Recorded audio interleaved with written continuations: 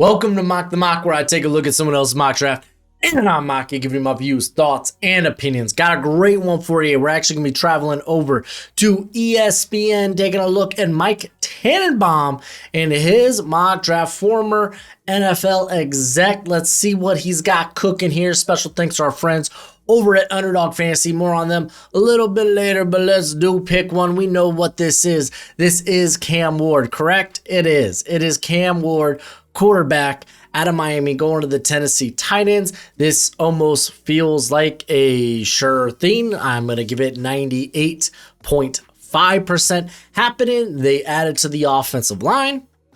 They, brought in no quarterback? Maybe they brought in like Brandon Allen or something. They're going quarterback. They're going quarterback unless someone offers a deal that drops them to their knees and they're like, yeah, we'll suck for another year. And then at pick 2, do things get interesting? Okay, not really.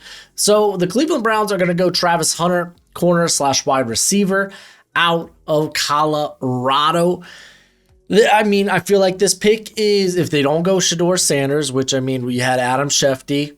He came out during the combine. If I'm sure of one thing, it's the Browns are going to be taking a quarterback. Maybe not. Myles Garrett, he was very satisfied with the plan for the future for the Browns, or that he was just very pleasantly surprised by the money that they were giving him. But maybe they do have a plan. Maybe it's Russell Wilson. I don't know, but if they don't go quarterback, it's really Abdul Carter or Travis Hunter. One of those two. I'm fine with either of those decisions. Now this sets up the New York Giants to take Shedeur Sanders, I think. Yep. Okay, Shedeur. He's going to the New York Giants in this saga. They're just in a crappy spot, man. Giants are just in a crappy spot. I think they did a good job addressing the defense. Offensively, you look at the offensive line, it's like, they need a few more parts. We have playmakers, whether it's Tyrone Tracy, Malik Neighbors, Wan'Dale Robinson. You saw some good things from Theo Johnson last year. They're probably gonna. Jameis Winston. Maybe Russ still comes in. I don't know. I think they maybe take a swing at quarterback here, just in case the Jameis Winston ride gets to be too much, and they're like, well, Brian Daboll's just like, Shedeur, go save my job, please. That's just kind of the position that they're unfortunately currently in. But now Abdul Carter gets to fall to the New England Patriots. I imagine you don't pass on him here. Oh my gosh. Oh, wow. Now the Jags got an interesting decision to be made, because the New England Patriots are going to go with Armand Membu, who played right tackle for the most part. Let me just confirm that. Has he taken any left tackle snaps during the course of his career that I'm just blanking on? No, he's been exclusively a right tackle. Did take one snap this past season at left guard. They brought in Morgan Moses. You're certainly okay. You list him as a guard too. Son of a gun, dude. Son of a gun. Like, okay, if you're taking a tackle inside the top 10, then you shouldn't have too much fear about switching them to a different side. You saw it last year with Joe Alt and J.C. Latham. Latham now returns to right tackle.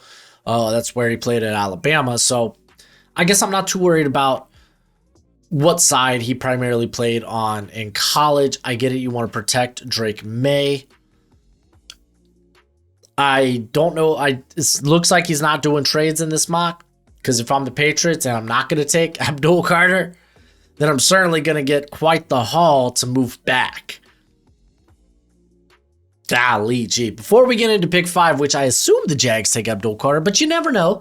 Let me give a shout out to today's sponsor, Underdog Fantasy. When you download the app, sign up using promo code Broshmo. They match that first deposit up to $1,000. Dues. It's the best place to play weekly best ball. Currently, you could do a best ball league and draft the rookie class. You can do that, or you could go higher or lower on player stats.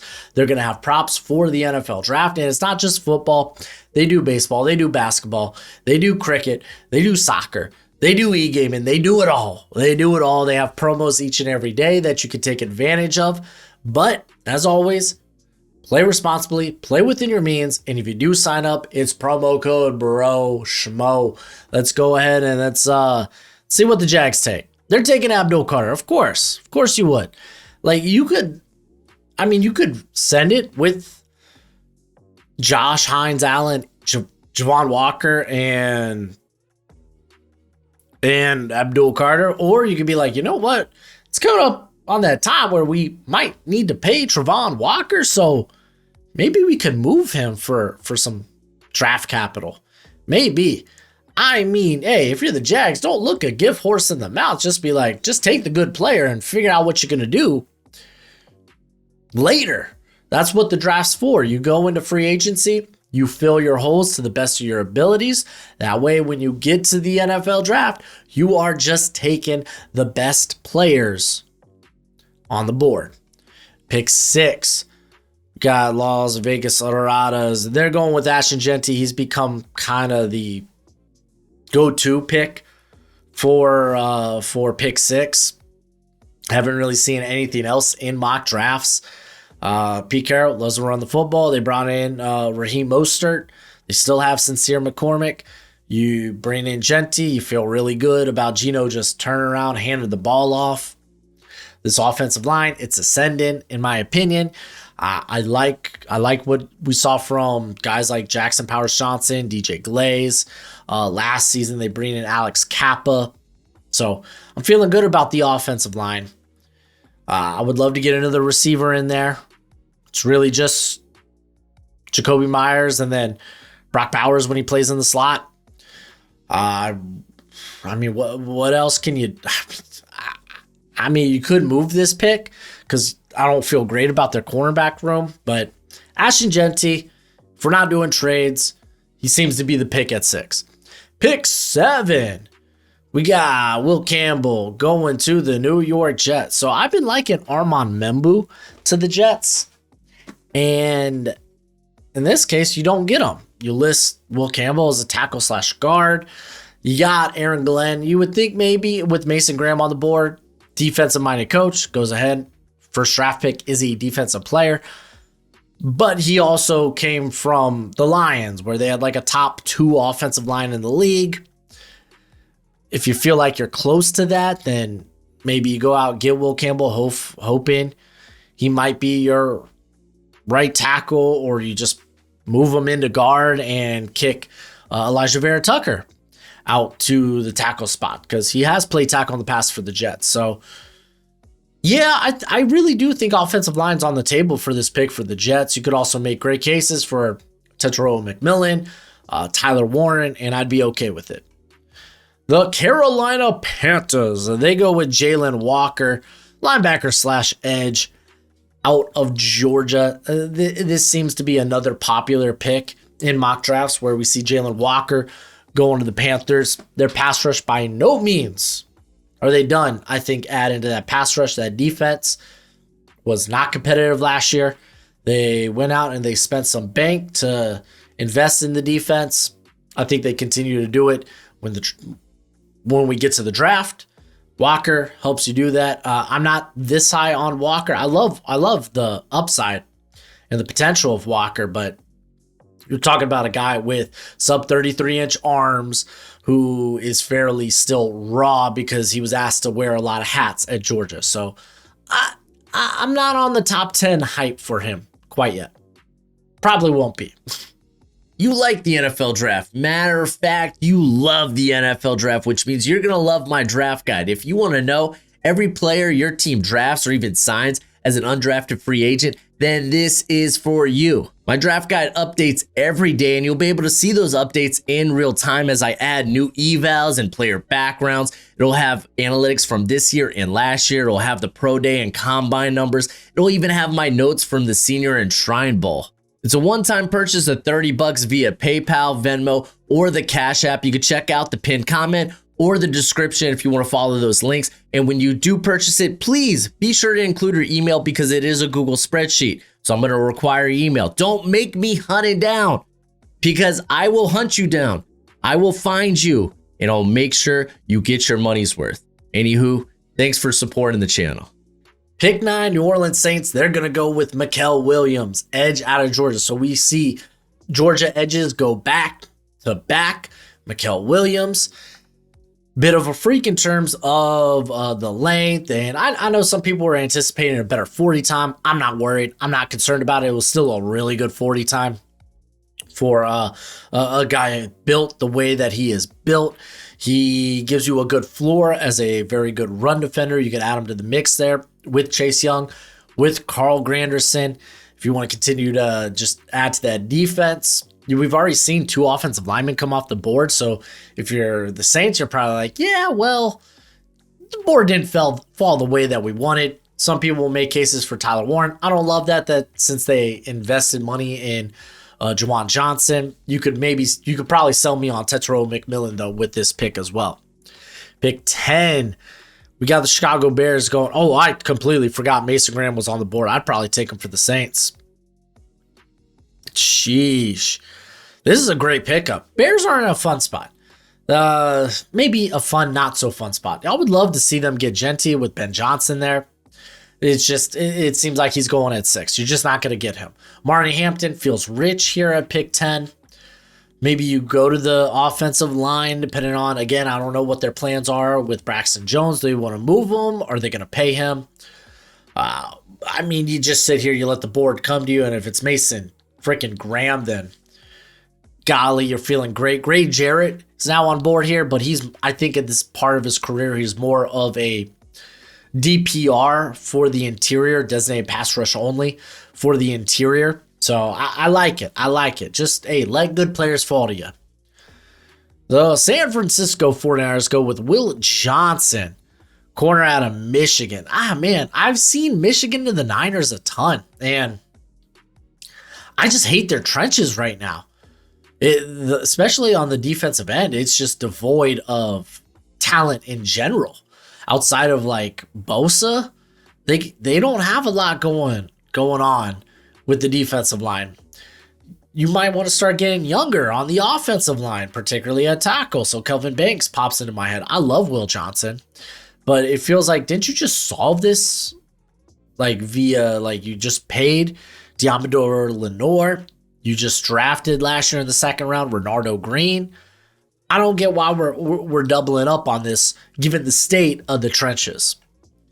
Dallas Cowboys go with Tetairoa McMillan, wide receiver out of Arizona. Just a very good pick. I think he is a very good running mate. Let's call it that. For CeeDee Lamb, you got Jake Ferguson. Fergie up there at the tight end position. I think Cowboys are kind of in a good spot as well, where they can kind of let the board fall to them and see what's available and make an educated decision based on that. But now, pick 13. Fins up, baby. Fins up. I'm excited. I can't wait to see what are the Dolphins doing.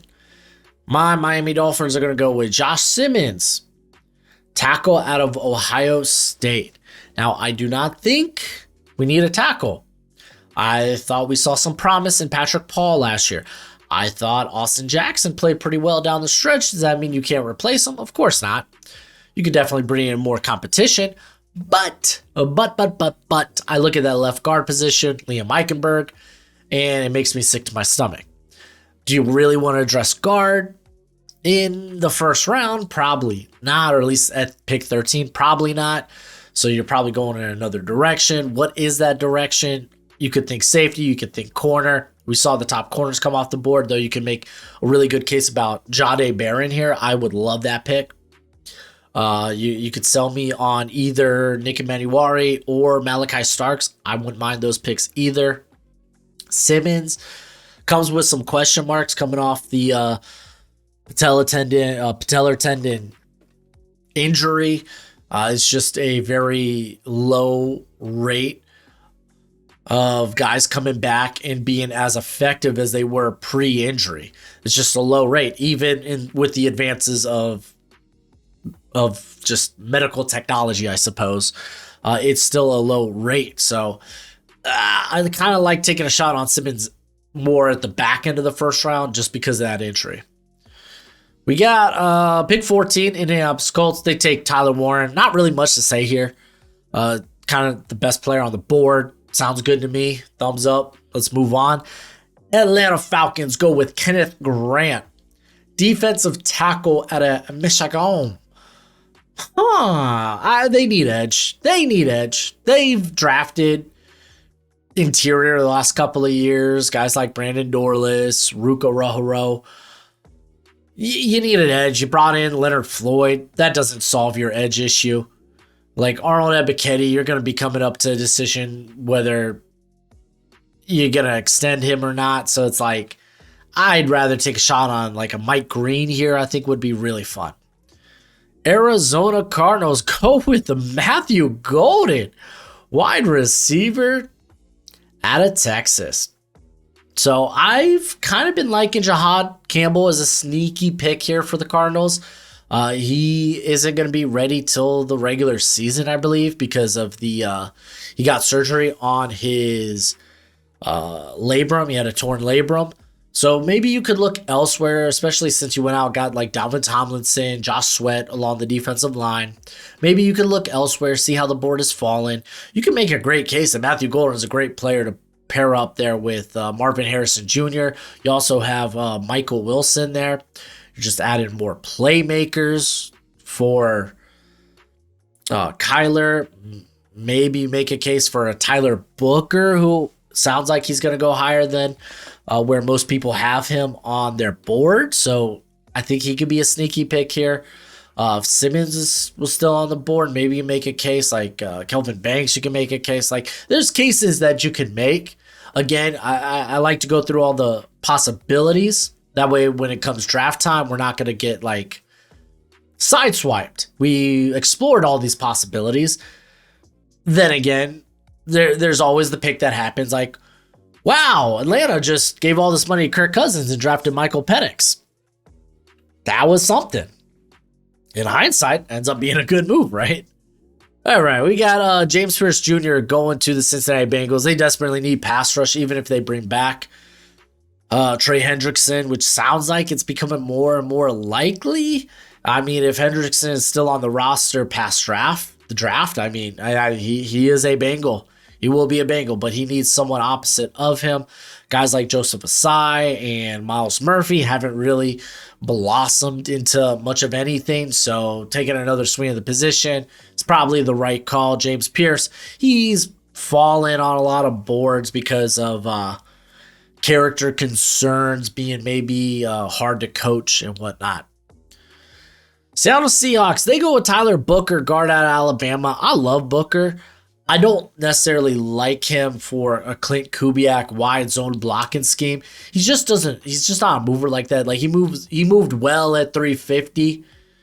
At 321, kind of moves the same as he did at 350. So I kind of like him better in a man up gap blocking scheme, not this wide zone that they're running. Like Ray Zabel's probably the guy that I really would like for this squad. I think trading down is probably a great option for the Seahawks if they can do it. If you can work it, do it. Maybe they go safety here. Maybe they go corner. Barron's still on the board. Other spots, they could go with the defensive line, but it's like they have so much invested in, whether it's draft capital or money invested on that defensive line. It's like, and it was a good defensive line last year. It's just they don't have like an elite player, I would say. Like Leonard Williams is the closest they got.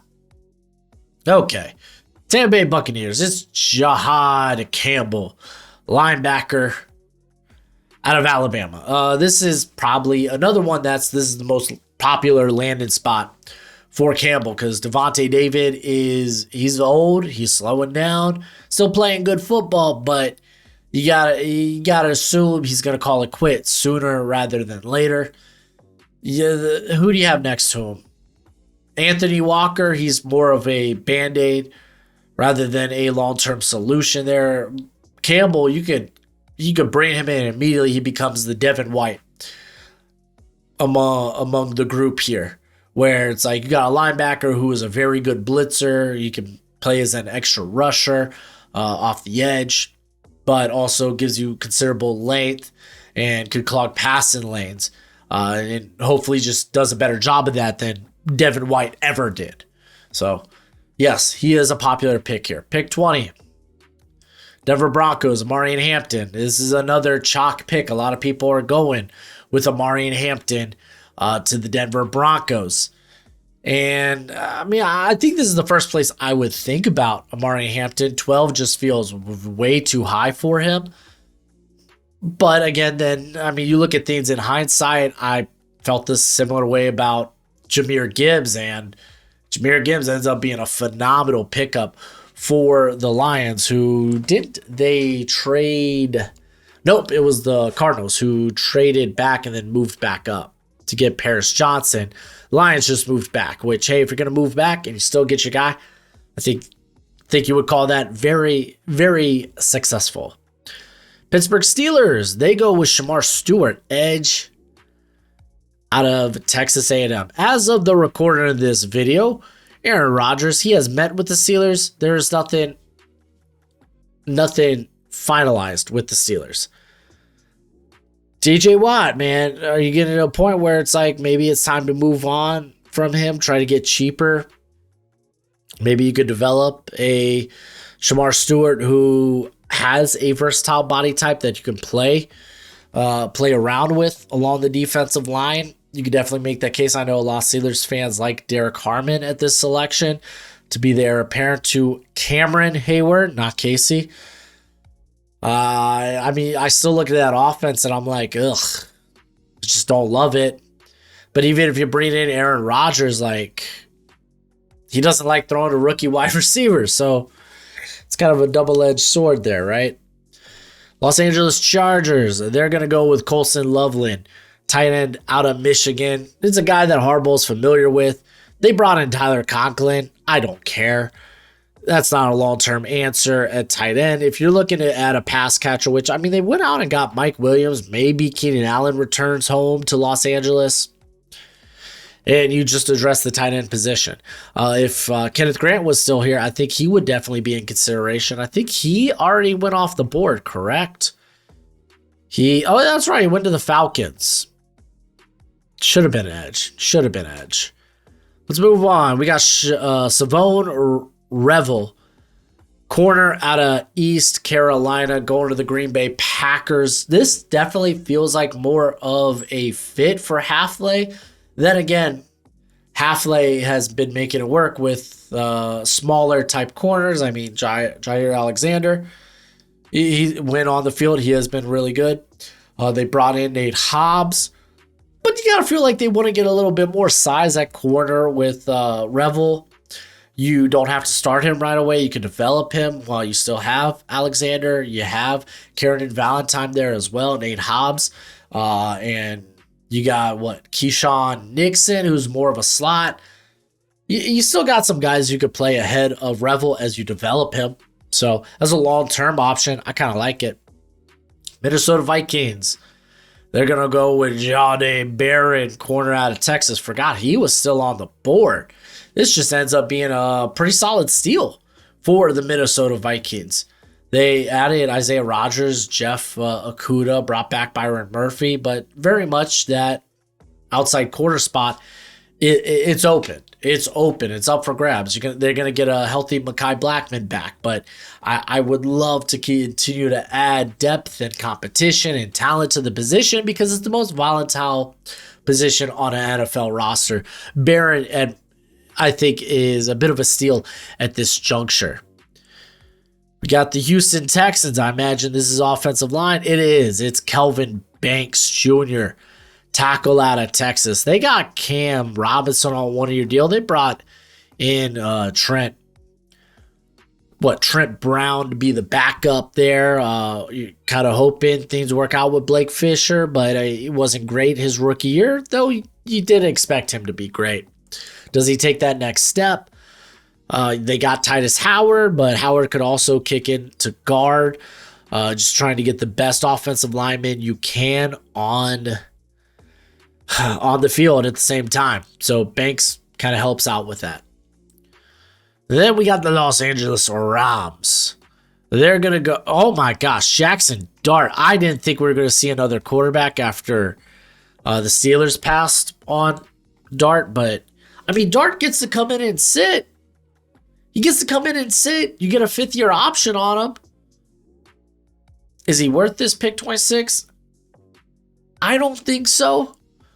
But getting that 5th-year option on quarterback is kind of ideal. He gets to sit behind Matthew Stafford for a year or so. You kind of putting him in a good position.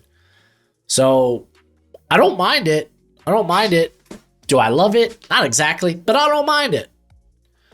All right, let's move on. Pick 27. This is the Baltimore Ravens. They go with Mike Green, edge out of Marshall, right before the Lions pick too. But still a lot of good edge talent on the board. I believe Donovan Azaraku. I say a lot. Donovan Azaraku is probably the only other first-round edge still available. But Mike Green would be a phenomenal pick. The Ravens, if you were watching the Ravens last year, they had a lot of struggles in coverage because their pass rush wasn't really hitting home. They got its act together by the middle of the season and during the later half. Unfortunately, Brandon Stevens just ended up crapping the bed during that slate, so it didn't really amount to much. But, I mean, this was still a very good defense last season, and Mike Green just helps with that. The Ravens have not shied away from guys with potential character red flags. They do their due diligence. They certainly do their due diligence.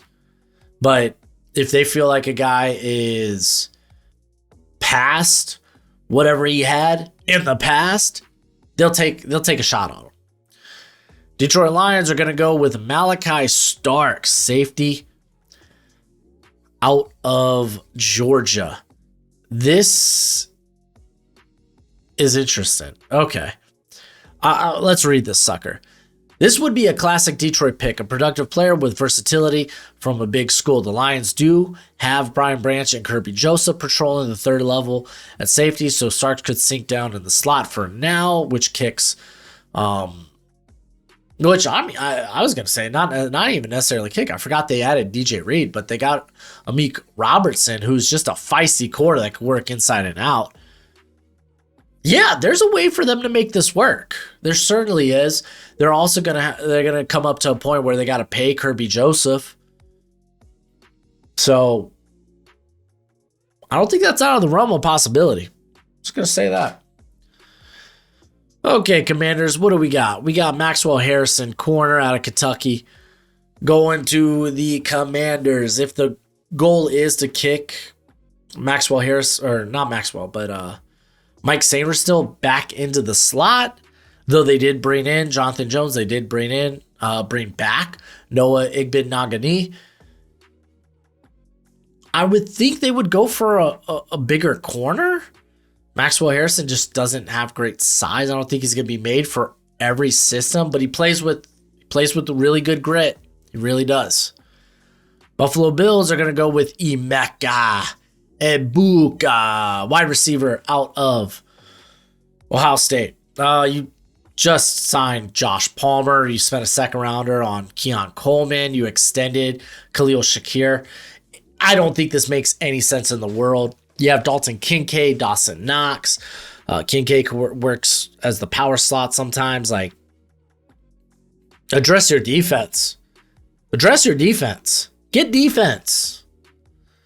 Golly. All right, Kansas City Chiefs, what are we doing? Nick Emanuwari. Ooh, someone brought up that, Byron Cook had a nasty ankle injury. Oh,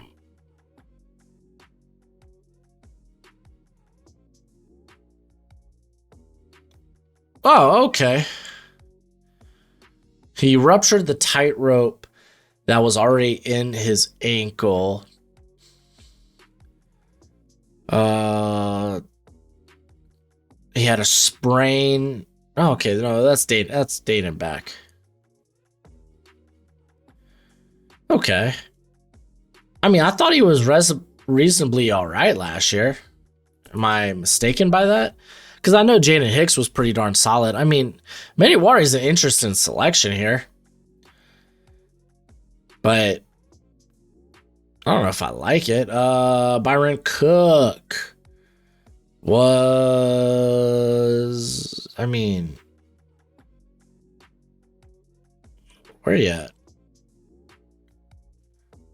I mean, he seemed fine enough. Like 3 interceptions last season, played over 1,000, almost 1,100 snaps.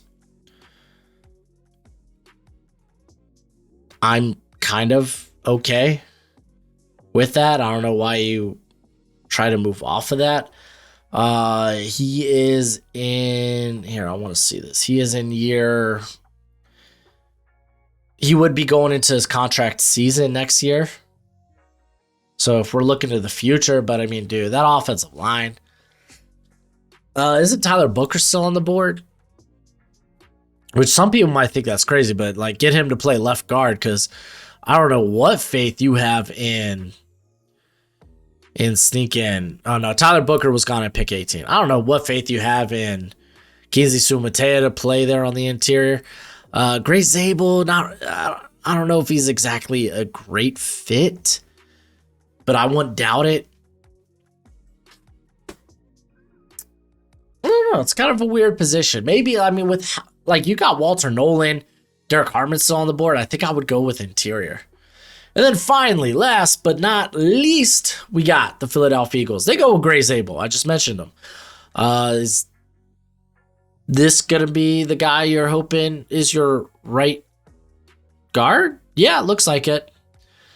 He played both tackle spots, both guard spots at North Dakota State, but I see him playing guard in the pros. I think Zabel could compete with Tyler Steen to replace Mekhi Becton, who's now with the Chargers. They also brought in Kenyon Green. I don't know if Stoutland could save Green's career, but I like the Zabel pick here. I'm actually a big fan of Zabel, but you go ahead. You let me know what you think of this mock draft in the comment section below. That's it for the video. Go ahead, do that YouTube thing. Special thanks to our friends over at Underdog Fantasy. Thank you for sponsoring today's video. And as always, until next time, you be easy, my friends. Later.